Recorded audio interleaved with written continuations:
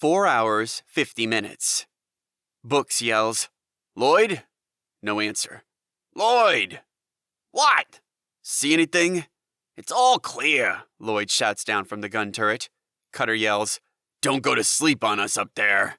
"Funny guy. You want to try taking one for the team up here in this fucking oven? Hot enough to roast a Thanksgiving turkey." "Keep throwing me those lines, Lloyd," Matt laughs. Cutter helps Books remove the wheel. "Taking one for the team. Why don't you come down here and change one of these mothers? That's taking one for the team, right up the ass."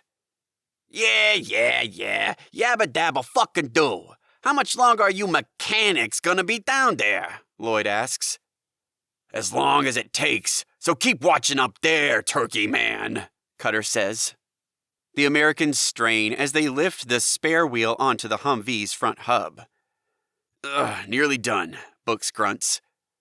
"Hurry up, guys. I'm fucking cooking up here," Lloyd complains. Matt hands the lug wrench and wheel nut to Books. He mutters under his breath, "Man, I'd like to tighten his nuts." Silence. "Son, are you sure you know what you're saying there?" Jim says. No, rewind that." "Hey, Lloyd," Cutter shouts. "Lloyd!" "For fuck's sakes, what now?" "Matt down here," Cutter laughs hard. "What about him?" "Well, my man Matt here." "Yeah, what?" "Would really like to tighten your nuts." "What are you guys, like 14 years old?" Lloyd asks. "Come on, guys, play a different song," Matt says. He looks embarrassed. He fumbles and drops some of the wheel nuts. "Get worried, Lloyd," Cutter laughs in hysterics. "Matt's nuts have just dropped." Books and Jim laugh too. Matt smiles and shakes his head. "Whatever." Jedi shrugs at Sophia. "Sorry, locker room stuff." Sophia smiles. "Don't worry, boys will be boys. I had 3 older brothers, so I grew up with that kind of talk just about every day." 3 older brothers, huh? How was that for you?" "Liberating until I put my first dress on." "How come?" Jedi asks. "Because nothing got in the way of me being treated as an equal. I learned to fight, smoke, drink, swear, and play baseball with the best of them. Then I'm 16 and Dressgate happened." "Dressgate?" "Yeah, when I put that first dress on, it dawned on them that I might actually be a girl." "You mean, like, tomboy to their little princess?"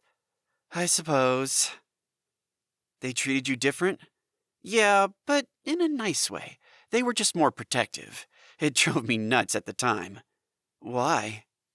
"Because no guy I liked was ever going to get through our front gate, let alone ask me out. It sure made it tough on the dating front.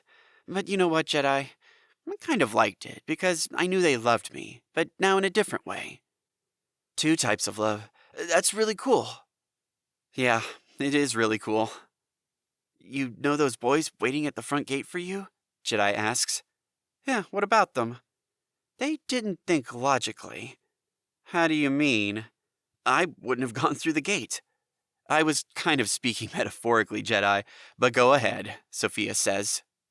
"I would go back to my laundry basket, take out my old t-shirts, write my name and cell number on it, and then mail it to you." Sophia laughs. "Jedi, guys usually send flowers or candy, not their smelly clothes." "Pheromones." "Pheromones?" "Yeah, you'd open the package and pull out my t-shirt and smell my pheromones. If you liked the smell, we'd be genetically compatible. It's called osmology," Jedi explains. What is?" "The science of smell. Osmology. You'd then be intrigued and call my number on the t-shirt, and then we'd meet somewhere for a date. You see, I've used science to my advantage. I've bypassed your protective brothers and all the guys at the gate, and I ended up with the girl.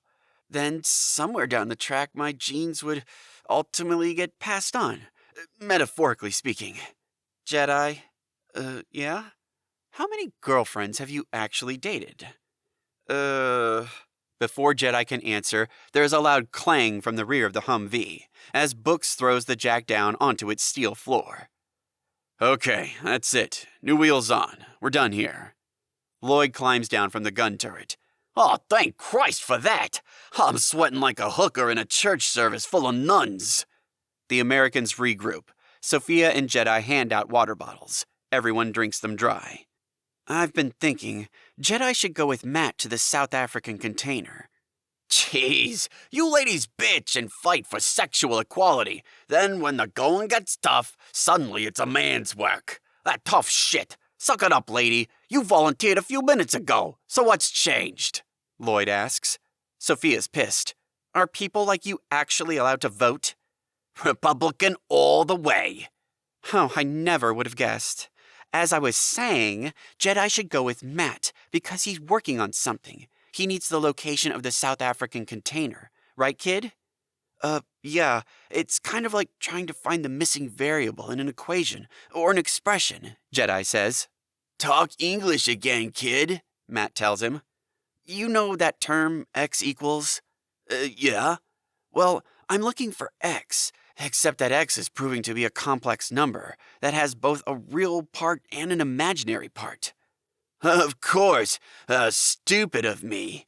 Matt hops onto the dirt bike. So what are we waiting for? Let's go and find us a bunch of X. Books nods and okay to Jedi. You got 30 minutes, or else we come looking for you. When you finish there, follow our tracks. No distractions. Understood? Sure, Books, Jedi says. He grabs his notebook and jumps on the back of Matt's bike. Books throws a pistol over to Jedi, who catches it and wedges it between himself and Matt. Hey, Matt, Books says. No more Evel Knievel stuff, okay? You're cramping my style, but okay. And look after the kid for us, Sophia says. Yeah, you too. Sophia nods. That's my job.